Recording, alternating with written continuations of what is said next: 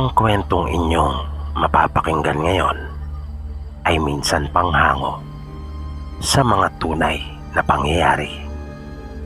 Ipinadala ng isa nating masugid na tagapakinig na si Melvin. Ito ay tungkol sa ibinahagi sa kanya na karanasan ng ama na si Macario. Halina at ating subaybayan. Ayon kay Melvin, ang tatay niya ay lumaki sa probinsya at matagal na nirahan doon.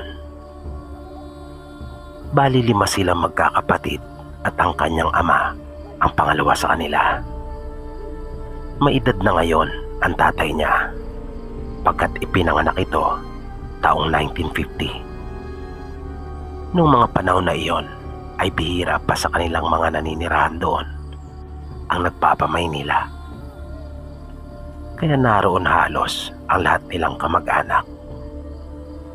Taga roon kasi talaga ang pamilya ng tatay ni Melvin, simula pa sa kanyang mga ninuno. Minsan, habang abala sila na nagtatrabaho doon sa kanilang bukid bilang paghahanda sa gagawin nilang pagtatanim sa bahagi ng lupa na kanilang pagmamayari, ay may dumaan na isang grupo ng mga tao. Binubuo ito ng magkakaibang edad ng mga tao. Mayroong mga bata at mayroon din namang mga matatanda. Napansin nilang mga mag-anak ito dahil doon ay pansamantala silang tumigil sa kanilang mga ginagawa at pinagmasdan ang mga tao nagdaraan. Sa itsura pa lang ng mga ito ay agad na nilang naisip na nilisan ng mga ito ang kanilang mga tirahan. Pero kung saan galing ang mga taong ito ay iyon ang hindi malinaw sa kanila. Nakita nilang paminsan-minsan ay sumusulyap din ang mga ito sa kanila, na ang ilan sa mga kababaihang kabilang sa kapulungan ng mga taong iyon ay may mga karga pang sanggol. Ang iba naman ay nakabalot sa kumot na itinali sa batok ng mga babae, habang ang ibang mga bata naman ay nakaaba sa kanilang mga ama. Si Macario noong mga panahong ito ay 15 anyos pa lang, pero dahil sa sanay sa mabibigat na trabaho, kung kaya hubog na ang kanyang katawan, maskulado si Macario. At ng mga oras na iyon, habang nakatanaw sila sa mga tao, ay hindi maiwasang makaramdam ng kakaiba si Macario, na hindi lang pala siya ang may ganong nararamdaman. Halos lahat pala sila na naroon ay mayroong naramdaman na kakaiba. Kinutuban sila ng hindi maganda. Hindi rin maipaliwanag ni Macario, pero parang mayroong mangyayaring hindi maganda. Yan ang unang pumasok sa isipan niya. Walang namagitan na kahit isang salita sa pagitan nila at ng mga dumaraan. Mga simpleng pagtitig lang at mga pagsulyap. Pero tila may malalim na kahulugan yung mga pagsulyap na nakita nila mula sa mga nagdaraan. Mga titig na pailalim na tila nagbabadya ng isang pangyayaring hindi maganda, ngunit hinayaan lang nila. Nang makalagpas na silang lahat, ay itinuloy na nila ang kanilang mga ginagawa. Pero hindi maiwasang mapag-usapan nila ang tungkol sa mga tao na iyon. Hanggang sa magtanghalian na sila ay iyon pa rin ang pinag-uusapan nilang mag-anak. Kinagabihan nung araw na iyon ay medyo nanibago sila, dahil habang kumakain sila ng hapunan ay naririnig nila ang maraming ibon na humuhuni. Tila umingay ang kanilang paligid, bagay na hindi karaniwan para sa kanila. Dahil kadalasan ay 1 hanggang 2 kwago lamang ang kanilang naririnig na humuhuni. Pero nung gabing iyon ay hindi bababa sa 10 ang mga humuhuning ibon na nagsasalimbayan sa paghuni. Kaya medyo nakaramdam sila ng pag-aalala at naalarma. Minadali nila ang pagkain at iniutos ng kanilang ama na tingnan mabuti ang kanilang mga bintana at pinto kung ang mga ito ay nakasarang mabuti. Ang panganay nilang si Dado ay nakita niyang kumuha ng 2 itak. Nang isa ay kanyang iniabot sa kanilang ama. Hindi iyon nakalagpas sa paningin ni Macario. Kung kaya nagtaka ito sa kung ano ba talaga ang nangyayari. Nang bigla nilang narinig yung pag-iingay ng kanilang mga manok na kadalasang maririnig kapag kinakatay nila ang mga ito. Sa imahinasyon ni Macario ay para bang pinilipit ang leeg ng mga ito dahil na rin sa nilikha ng mga ito na ingay. At hindi lamang iyon, pati ang kanilang 2 aso ay magkasunod nilang narinig na lumikha rin ng tunog na nasaktan ang mga ito, at pagkatapos ay di na nila naringgan pa ng kahit anong ingay. Nung pagkakataong iyon ay inutusan na ng kanilang ama ang kanilang ina na pumasok na sa silid kasama ang kanilang 3 nakababatang kapatid. Sinabihan din si Macario ng kanilang ama na maging mapagmatsyag at pinapwesto siya nito sa isang bahagi ng kanilang bahay sa tabi ng bintana, habang ang Kuya Dado naman niya ay nasa kabilang panig malapit sa may pintuan na naroon sa kanilang kusina, habang ang tatay naman nila ay naroon sa may harapang pinto. Di malinaw kay Macario kung ano ang nangyayari noong mga oras na iyon, pero abot-abot na rin ang kaba na kanyang nararamdaman dahil sa ikinikilos ng kanyang kuya at ama. Kaya tumayo si Macario mula sa kanyang pinapwestuhan at kumuha ng patalim. Ang kanyang nakuha ay yung sanggot na ginagamit ng kanyang ama sa pagtutuba, na bagaman maiksi iyon ay napakatalas naman. Nagpatuloy yung ingay na naririnig nila sa labas, na nung huli ay nakakarinig pa sila ng paminsan-minsang mga tunog ng mababangis na hayop. Lumipas pa ang ilang oras, nanatili lang sila na nag-aantabay sa kani-kanilang pwesto at nakikiramdam na mabuti, hanggang sa napansin nilang humupa na at nawala na yung mga ingay. Nakita ni Macario na sumilip sandali ang kanyang ama sa labas, at pagkatapos ay inutusan silang kunin ang mga lamparang ilawan at sumunod sa kanya. Paglabas nila ng bahay ay agad nitong pinuntahan yung mga puno na malapit roon, kung saan dumadapo ang kanilang mga manok tuwing sasapit ang gabi. Wala na silang inabutan ni isa sa mga ito. Tanging ang naroon na lamang ay yung mga balahibong nagkalat. Maging ang kanilang mga aso ay wala na ring pareho. Ang nakita na lamang nila ay yung mga dugo at bakas ng pagkakahila sa mga ito sa lupa. Habang nakikita ni Macario ang mga bagay na iyon, ay naramdaman niyang nangapal na bigla ang kanyang buong ulo at parang nagtayuan ang kanyang mga buhok dahil sa tindi ng takot. Noon pa lang kasi sila nakasaksi ng ganong pangyayari. Nang magsalita ang kanilang ama, ay may galit sa tinig nito. Bunga na rin ng pagkakalimas sa mga alaga nilang manok at aso. Kinaumagahan, habang magkakaharap sila na nasa pagkainan, habang kumakain ng agahan, ay pansin ni Macario ang pananamlay ng kanilang ama.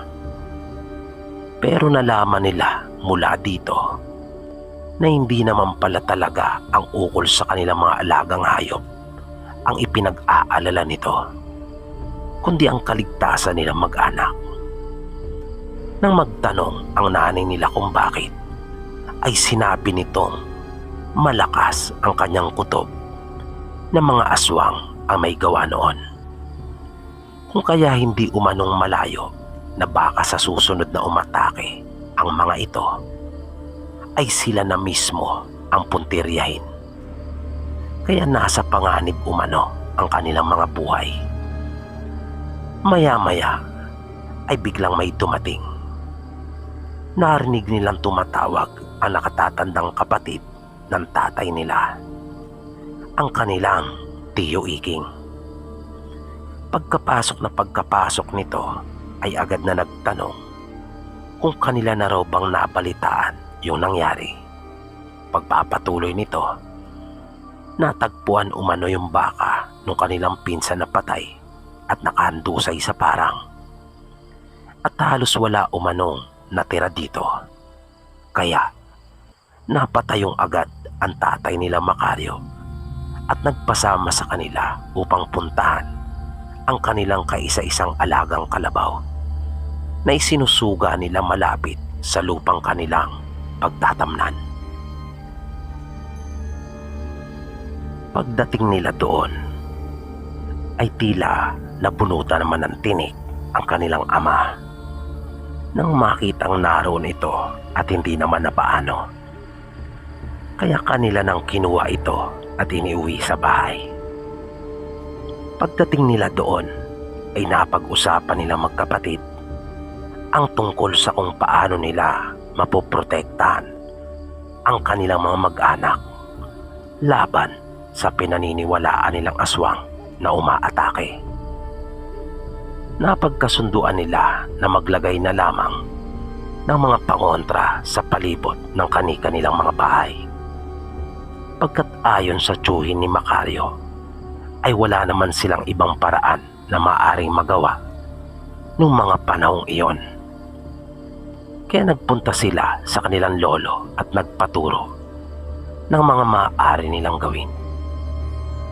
Isa sa mga ibinahagi sa kanila ay yung paglalagay ng mga pinatulis na kawayan sa palibot ng kanilang bahay. At dahil sa nagamit na nila yung mga kawayan malapit doon sa kanilang bahay, kung kaya kinailangan pa nilang lumayo para manguha noon. Bali 4 silang lahat na nagpunta, kasama ang nakatatandang kapatid ng kanilang ama. Nang nasa kalagitnaan na sila ng kanilang pangunguha ng kawayan, ay bigla silang may naramdaman. Naapabulalas kaagad ang kanilang tiyuhin at nasabing hindi lamang sila ang naroon sa lugar. Kaya tumigil muna silang sandali at nakiramdam. Naupo rin silang pansamantala para magkubli. Maya-maya pa ay bigla nilang namataan ang isang napakalaking baboy ramo. Sumisingap-singap pa ito sa hangin na tila ba may hinahanap gamit ang kanyang pang-amoy. Nang biglang tumayo ang tiyuhin nila Macario at walang kaabog-abog nitong sinibat ang nasabing baboy ramo nang hawak nitong bagakay na pinatulis na.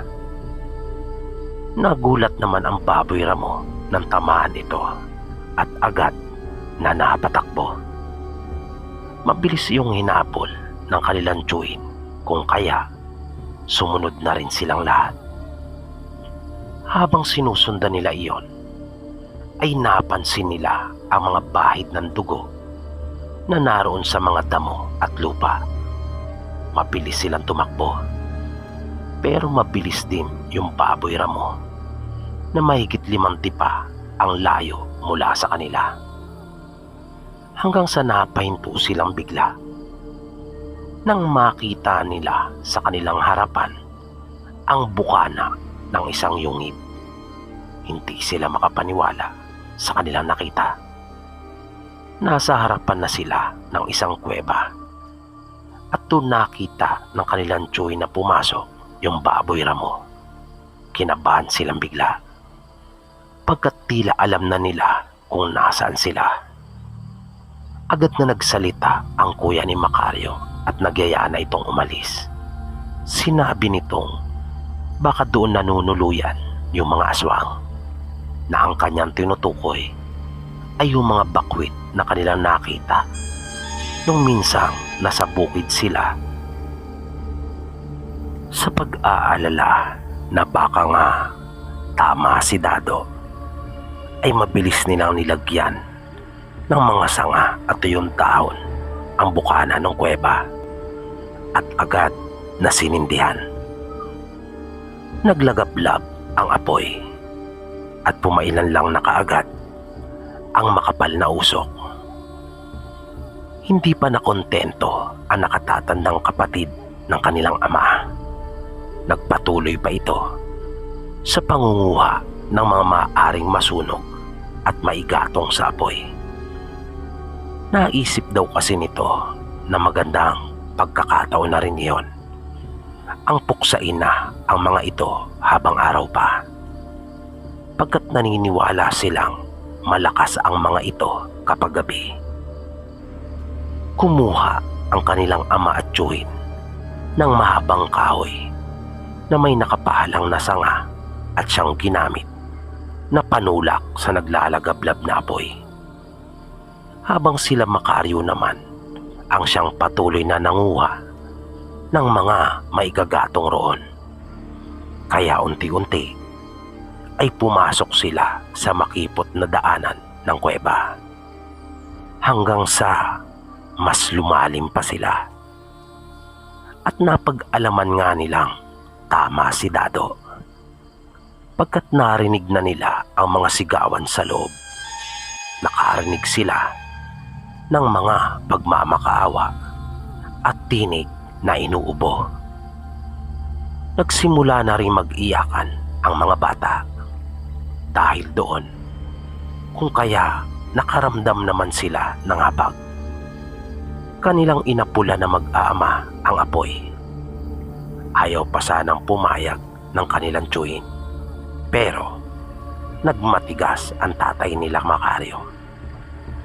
At nang sabihin nito na paano kung balikan sila, ay sinabi nitong tsaka na niya aalalahanin ang tungkol sa bagay na iyon. Ang mahalaga raw sa kanya noong mga oras na iyon ay mailigtas na muna ang mga nahihirapang nasa loob ng yungib. Nagsigawan sila magkapatid, pero hindi talaga nagpatinag ang ama nila Macario. Desidido ito na wag nang ituloy ang balak nila at tulungan ang mga nasa loob. Hindi umano kaya ng kanyang konsensya, lalo pa at naririnig niya ang mga iyakan ng mga bata at yung pagmamakaawa ng mga ina. Nang ayaw pa ring tumigil ng kanyang kapatid, ay sinabi niyang kung kanilang ituloy ang masamang balak na iyon, ay mas masahol pa umano sila sa aswang. At ipinagdiinan nito sa kanyang kuya na siya at ang kanyang mga anak na si Dado at Macario ay tao. Kung kaya gagawin umano nila kung ano ang marapat na gawin ng isang tao. Wala nang nagawa pa ang kanyang nakatatandang kapatid. Sinabi nitong sana raw ay huwag niyang pagsisihan ang kanyang kahibangan na iyon sa huli. At tumalikod na ito. Iniwan sila at nagmamadaling umalis. Nang maapula na nila ang apoy, ay natagpuan nila ang kanilang mga sarili na naroon na sa loob ng yungib. At ilang sandali lang ay kaharap na nila yung mga bakwit na kanilang nakita. Ngunit kitang-kita nila ang pagbabago sa itsura ng mga ito. Mga aswang nga sila. Nagpapalit din pala sila ng anyo kapag nasa sa panganib ang kanilang mga buhay o mahal sa buhay. Hinawakan ng tatay nila Macario ang puluhan ng itak nito nang makita niyang mga nakaangil pa rin ang mga aswang. Pero sinabi niyang wala talaga silang balak na ipahamak sila. Kaya nga raw nilang pinagtulungang apulain ang apoy ng kanyang mga anak.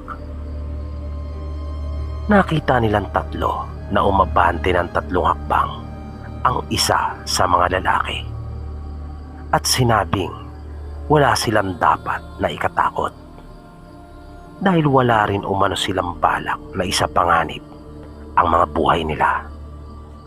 Ang nakikita raw nilang bangis sa kanilang mga mukha ay pawang natural lamang dahil sa peligro kanina. Nagpasalamat ito sa kanila at humingi rin ng tawad sa kanilang ginawang pag-ubos sa kanilang mga alagang hayop. Pagpapaliwanag pa nung lalaki, nagawa lamang umano nila iyon dahil sa wala ng ibang paraan. Ilang araw na umano silang hindi nakakakain at nag-aalala sila para sa kanilang mga munting anak. Hindi naman kasi nakasapat yung mga hayop na kanilang nakuha sa gubat, kung kaya napilitan silang gawin ang bagay na iyon. Pero pagtitiyak ng lalaki ay makakaasa umano silang hindi na mauulit pa ang pangyayari na iyon. Bago tuluyang nilisan nila Macario yung pook, ay minsan pa nagpasalamat sa kanila ang mga bakwit na aswang at binigyan pa ang kanilang ama ng isang uri ng langis na maaari nitong gamitin sa anumang uri ng karamdaman at pangontra na rin sa masasamang gawa ng tao tulad ng pangkukulam. At dito po nagtatapos ang kwentong itinampok natin para sa araw na ito. Muli, sana po ay inyong nagustuhan at naway patuloy nyo pang subaybayan ang mga susunod pa po nating kwento dito lamang sa Mga Totoong Kwento ng Kababalagan. Maraming salamat po at hanggang sa muli.